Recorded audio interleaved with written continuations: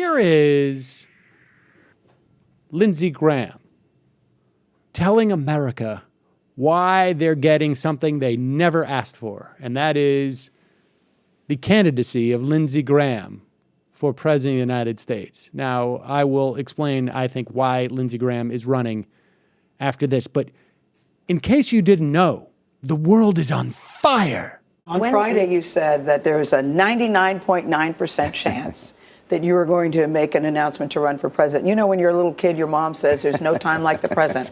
We offer you this beautiful platform. Well, it is a beautiful platform, but it's not as beautiful as Central South Carolina, where I will make an announcement on June 1st. You're all invited to come, spend money when you do, and I will tell you what I'm going to do about running for president. May I ask you one question? Yes, you may. Are you running in part because you look at the field and you don't think they're very sophisticated on foreign policy, and you believe that's the one thing you bring to the race? It's really a good question. I've got the best job in the world, a senator from South Carolina. I've got a very comfortable life.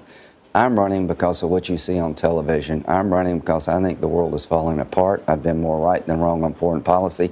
It's not the fault of others or their lack of this or that that makes me want to run. It's my ability in my own mind to be a good commander-in-chief and to make Washington work. The reason I've had 6 primary opponents in my last election is that I've been accused of working with Democrats too much. In my view, Democrats and Republicans work together too little. And I would try to change that if I got to be president. And when it came to radical Islam, I would go after them before they come back here again. Sounds like we got a little bit of a jump on South Carolina. That's right. Thank you very much. We'll be watching, Senator Graham. Thank you for being here. Thank you very much. What are you talking about? So here's Lindsey Graham saying that in his mind, he is really qualified for this job. That he's been more right than wrong on foreign policy, which is sort of shockingly laughable.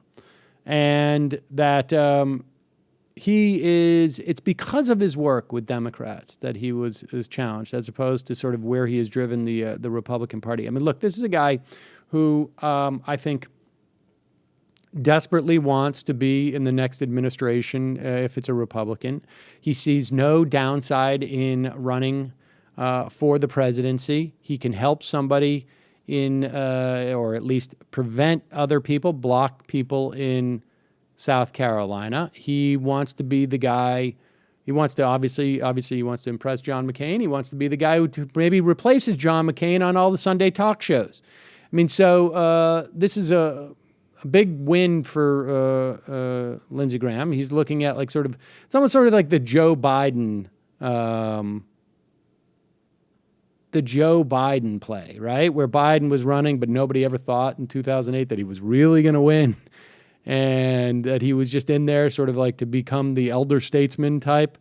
That's what I think Lindsey Graham is doing. But it's always fun to hear his estimation of himself. I'm running because of what I see on television. Says a man who's more right than wrong on foreign policy. The world is falling apart. And the world is falling apart, again, because of what I see on television. Not because of intelligence estimates that I'm privy to, not because of my hearings that I hold as a member of the United States Senate. It's probably because I'm confusing some random horrifying ISIS footage, some old episodes of 24, and whatever other fantasies he's churning out for himself. Too much Walking Dead. And he's just like, you can't even believe what's going on in Georgia, the state that's right below me. I would say if that was actually happening in Georgia, then the Obama administration has been shockingly irresponsible. Shockingly irresponsible with the way they've been treating Georgia.